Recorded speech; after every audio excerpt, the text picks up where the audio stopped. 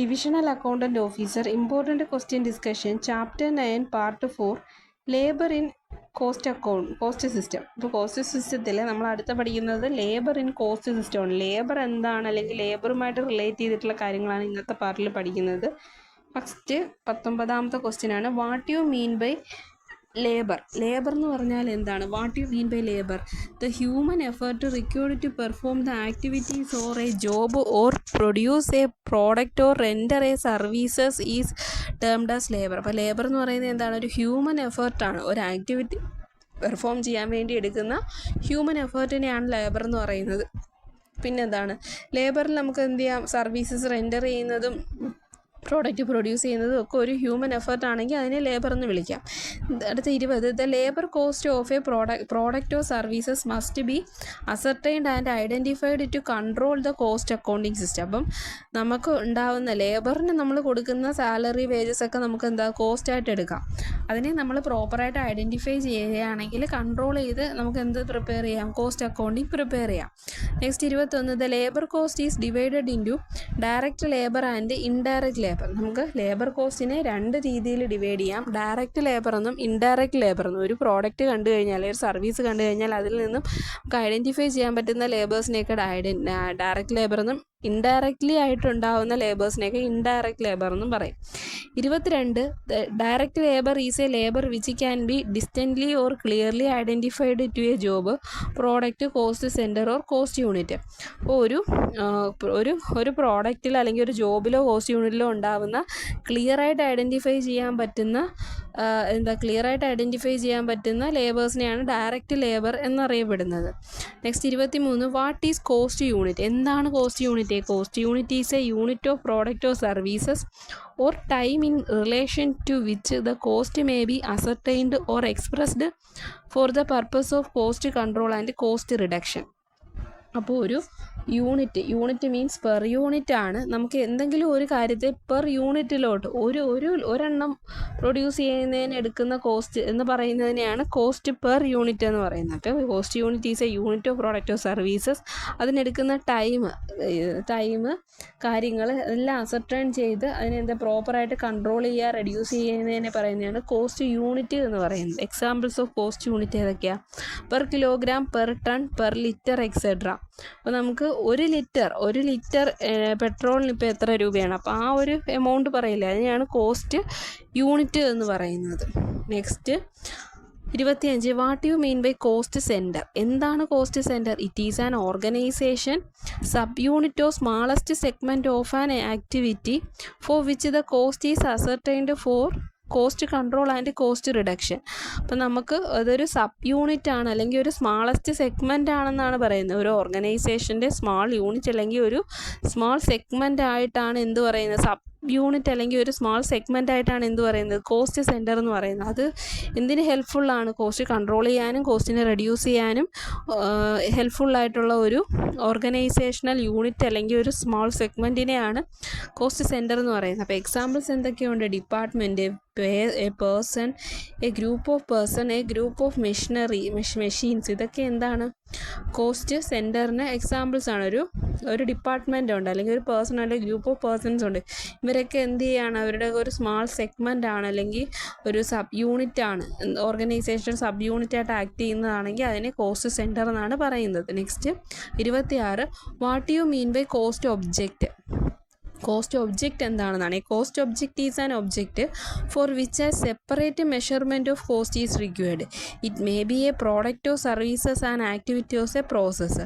അപ്പോൾ separate measurement of കോസ്റ്റിനെയാണ് എന്തെന്ന് പറയുന്നത്? Cost objective. ഇപ്പോൾ ഒരു കോസ്റ്റിൻ്റെ ഒബ്ജക്റ്റീവ് എന്താണ്, അല്ലെങ്കിൽ ആ ഒരു പ്രോഡക്റ്റോ സർവീസസോ ആക്ടിവിറ്റിയോ ആ ഒരു പ്രോസസ്സോ ചെയ്യുന്നതിൻ്റെ ഒബ്ജക്റ്റീവ് എന്താണ്? ആ ഒബ്ജക്റ്റീവിനുണ്ടാവുന്ന കോസ്റ്റ്, അപ്പോൾ ഒരു ലക്ഷ്യം ഉണ്ടാവുമല്ലോ, ആ ലക്ഷ്യത്തിന് നമുക്ക് കുറച്ച് പൈസ എക്സ്പെൻസ് ആവും, കോസ്റ്റ് ആവും. അതിനെയാണ് എന്തെന്ന് പറയുന്നത്? കോസ്റ്റ് ഒബ്ജക്റ്റീവ് എന്ന് പറയുന്നത്. Next 27, what do you mean by indirect labour? എന്താണ് indirect labour? The labour which cannot be traced or identified to a specified product, job, process or cost centre or cost unit. All labour other than direct labour are treated as indirect labour. അപ്പം നമുക്ക് അറിയാം, നമുക്ക് ഒരു product കണ്ട ഉടനെ നമുക്ക് അതിൽ നിന്ന് ട്രേസ് ചെയ്യാൻ പറ്റാത്ത അല്ലെങ്കിൽ ഐഡൻറ്റിഫൈ ചെയ്യാൻ പറ്റാത്ത ലേബേഴ്സിനെയാണ് എന്തെന്ന് പറയുന്നത്, ഇൻഡയറക്റ്റ് ലേബർ എന്ന് പറയുന്നത്. അപ്പോൾ ഒരു പ്രോഡക്റ്റിൽ ഡയറക്റ്റ് ലേബറും കാണും, ഇൻഡയറക്റ്റ് ലേബറും കാണും. അപ്പം next 28, the wages are paid to direct labour are treated as the part of overhead. അപ്പം ഇൻഡയറക്റ്റ് ലേബേഴ്സിന് കൊടുക്കുന്ന വേജസ് എന്തായിട്ടാണ് ട്രീറ്റ് ചെയ്യുന്നത്? ഓവർ ഹെഡ്സുകളായിട്ടാണ് ട്രീറ്റ് ചെയ്യുന്നത്. 29, എക്സാമ്പിൾസ് ഫോർ ഇൻഡയറക്റ്റ് ലേബർ. അപ്പോൾ ഇൻഡയറക്റ്റ് ലേബേഴ്സിൻ്റെ എക്സാമ്പിൾസ് ആണ് നമ്മൾ നോക്കുന്നത്. First one time keeping departments ഉണ്ട്. അപ്പോൾ ഇൻഡയറക്റ്റ് ലേബേഴ്സിൻ്റെ എക്സാമ്പിൾസിൽ ഒന്നാമത് time keeping department, store department, quality inspection department, security staff, accounting department, personnel department. അപ്പോൾ ഇങ്ങനെയുള്ള കാര്യങ്ങളിലൊക്കെ നമുക്ക് എന്ത് വരാം? ഇൻഡയറക്റ്റ് ലേബർ വരാം. ഇപ്പോൾ ടൈം കീപ്പിംഗ് ഡിപ്പാർട്ട്മെൻറ്റ്സിൽ നമുക്ക് ലേബേഴ്സ് ഉണ്ടാവും, സ്റ്റോർ ഡിപ്പാർട്ട്മെൻറ്റിൽ ഉണ്ടാവും, ക്വാളിറ്റി ഇൻസ്പെക്ഷൻ ചെയ്യാൻ വേണ്ടി ഒരു പ്രോഡക്റ്റിൻ്റെ ക്വാളിറ്റി ഇൻസ്പെക്ട് ചെയ്യാൻ വേണ്ടി നമുക്ക് ലേബേഴ്സ് ഉണ്ട്. അപ്പോൾ നമുക്കറിയില്ല നമ്മളെ കിട്ടുന്ന ഫൈനൽ പ്രോഡക്റ്റിൽ ഇത് എത്ര ഇൻസ്പെക്ഷൻ കഴിഞ്ഞാണ് നമ്മളെ കയ്യിൽ കിട്ടുന്നത്. നമ്മൾ ഫൈനൽ ഇൻസ്പെക്ഷൻ വരെ നമുക്ക് ഒരു ഇതിൽ വരില്ല. അത് ഇൻഡയറക്റ്റ് ആയിട്ടാണ് ആ ഒരു ലേബറിനെ നമ്മൾ കാൽക്കുലേറ്റ് ചെയ്യുന്നത്. സെക്യൂരിറ്റി സ്റ്റാഫ് ഒരു ഇൻഡയറക്റ്റ് ലേബറായിട്ടാണ് എടുക്കുന്നത്. അക്കൗണ്ടിങ് ഡിപ്പാർട്ട്മെൻറ്റ്സിലുണ്ടാവുന്ന സ്റ്റാഫുകൾ, പേഴ്സണൽ ഡിപ്പാർട്ട്മെൻറ്റ്സിലുണ്ടാവുന്ന സ്റ്റാഫുകൾ, ഇവരെയൊക്കെ നമ്മൾ ഇൻഡയറക്റ്റ് ലേബറിലാണ് കരുതുന്നത്. ഇൻഡയറക്റ്റ് ലേബർ നമ്മൾ PSCയിൽ റിപ്പീറ്റഡ് ചോദിക്കുന്നതാണ്. ഇൻഡയറക്റ്റ് ലേബർ എന്ന് പറയുന്നത് ഒരു ഓവർ ഹെഡിൻ്റെ പാർട്ടാണ് ഇൻഡയറക്റ്റ് ലേബർ. നെക്സ്റ്റ് 30ാമത്തെ question, what do you mean by labour cost control? അപ്പോൾ എന്താണ് ലേബർ കോസ്റ്റ് കൺട്രോൾ എന്നാണ് നമുക്ക് നോക്കേണ്ടത്. It is a control of labour cost by effective utilisation of man power through proper requirements, placement, training, wage, administration, labour welfare, labour safety etcetera. അപ്പോൾ എന്താണ് labour cost control എന്ന് വെച്ചാൽ ഒരു ലേബറിൻ്റെ കോസ്റ്റിനെ എങ്ങനെ control ചെയ്യാം എന്നുള്ളതാണ്. അതായത് നമുക്ക് എഫക്റ്റീവായിട്ട് മാൻ പവർ യൂസ് ചെയ്യണം. മാൻ പവർ എഫക്റ്റീവായിട്ട് യൂസ് ചെയ്യുമ്പോൾ തന്നെ നമുക്ക് ആ കോസ്റ്റ് കൺട്രോൾ ചെയ്യാൻ പറ്റും. പ്രോപ്പറായിട്ട് റിക്രൂട്ട് ചെയ്യണം ആൾക്കാരെ. എങ്ങനെ പ്രോപ്പറായിട്ട് റിക്രൂട്ട് ചെയ്യണം അല്ലെങ്കിൽ പ്ലേസ് ചെയ്യണം. അത് പ്രോപ്പറായിട്ട് ട്രെയിനിങ് കൊടുക്കണം. അവർ ചെയ്യുന്ന ടൈമിനനുസരിച്ച് വേജ് കൊടുക്കണം. അവരുടെ വെൽഫെയർ ആക്ടിവിറ്റീസുകൾ നോക്കണം. ലേബറിൻ്റെ സേഫ്റ്റി നോക്കണം. അവർക്ക് ഇൻഷുറൻസും കാര്യങ്ങളൊക്കെ ഉണ്ടായിരിക്കണം. അപ്പോൾ അങ്ങനെയൊക്കെ നമുക്ക് എന്ത് ചെയ്യാൻ പറ്റും? ലേബറിൻ്റെ കോസ്റ്റിനെ കൺട്രോൾ ചെയ്യാൻ പറ്റും. Next 31, in A proper functioning large sized firm the labour cost control is effective through. അപ്പോൾ ഒരു ലാർജ് സൈസ്ഡ് ഫേമിൽ നമ്മുടെ ലേബർ കോസ്റ്റ് കൺട്രോൾ എങ്ങനെയാണ് എഫക്റ്റീവായിട്ട് വരുന്നതെന്നാണ്. അവിടെ പേഴ്സണൽ ഡിപ്പാർട്ട്മെൻറ്റ്സ് ഉണ്ടാവും, ടൈം കീപ്പിംഗ് ഡിപ്പാർട്ട്മെൻറ്റ്സ് ഉണ്ടാവും, പേറോൾ ഡിപ്പാർട്ട്മെൻറ്റ്സ് ഉണ്ടാവും, എൻജിനീയറിംഗ് ഡിപ്പാർട്ട്മെൻറ്റ്സ് ഉണ്ടാവും, കോസ്റ്റ് അക്കൗണ്ടിങ് ഡിപ്പാർട്ട്മെൻറ്റ്സ് ഉണ്ടാവും. അപ്പോൾ ഒരു ലാർജ് സൈസ്ഡ് ഫേം ആകുമ്പോൾ അവിടെ വേരിയസ് ടൈപ്പ് ഓഫ് ഡിപ്പാർട്ട്മെൻറ്റ്സ് ഉണ്ടാവും. അവിടെ എല്ലാം നമുക്ക് എന്തുണ്ട്? ലേബറുണ്ട്. ആ ലേബറിൻ്റെയൊക്കെ കോസ്റ്റ് നമുക്ക് എഫക്റ്റീവായിട്ട് കൺട്രോൾ ചെയ്യണം. നെക്സ്റ്റ് അതിൽ തന്നെ 32, what you mean by time keeping? നമ്മൾ പറഞ്ഞു ടൈം കീപ്പിംഗ് ഡിപ്പാർട്ട്മെൻറ്റ് പറഞ്ഞു. അപ്പോൾ അത് എന്താണ് ഈ ടൈം കീപ്പിംഗ് എന്ന് പറയുന്നത്? Time keeping refers to the recording of the time of a worker arrival at and departure from the factory for the purpose of attendance, enforcement of disciplines with the organization and preparation of a wage sheet. Time keeping എന്ന് പറയുന്നത് ഒരു employee നമ്മുടെ ഓർഗനൈസേഷനിൽ arrive ചെയ്യുന്ന സമയം തൊട്ട് departure ചെയ്യുന്ന സമയം വരെ നമ്മൾ കീപ്പ് ചെയ്യുന്ന ഒരു ടൈം കീപ്പിംഗ് ഷീറ്റ്, വേജ് ഷീറ്റിനെയാണ് എന്തെന്ന് പറയുന്നത്? ടൈം കീപ്പിംഗ് ഷീറ്റ് എന്ന് പറയുന്നത്, അല്ലെ ടൈം കീപ്പിംഗ് എന്ന് പറയുന്നത്. ടൈം കീപ്പിംഗ് എന്ന് പറയുന്നത് അത് റെക്കോർഡ് ചെയ്യും. ആ വർക്കർ നമ്മുടെ അവിടെ അറൈവ് ചെയ്തതും ഡിപ്പാർച്ചർ ചെയ്തതും ഫാക്ടറിയിൽ നിന്ന് ഡിപ്പാർച്ചർ ചെയ്ത കാര്യങ്ങളും അവരുടെ പ്രോപ്പറായിട്ടുള്ള അറ്റൻഡൻസും എല്ലാം പ്രോപ്പറായിട്ട് നമ്മൾ റെക്കോർഡ് ചെയ്യുന്ന വേജ് ഷീറ്റിനെയാണ് ടൈം കീപ്പിംഗ് എന്ന് പറയുന്നത്. Next 33, what you mean by time booking? അപ്പോൾ എന്താണ് ടൈം ബുക്കിംഗ്? ടൈം ബുക്കിംഗ് എന്ന് പറയുന്നത് time booking is the recording of actual time spend by the worker in various jobs, processes or operations carry out by him.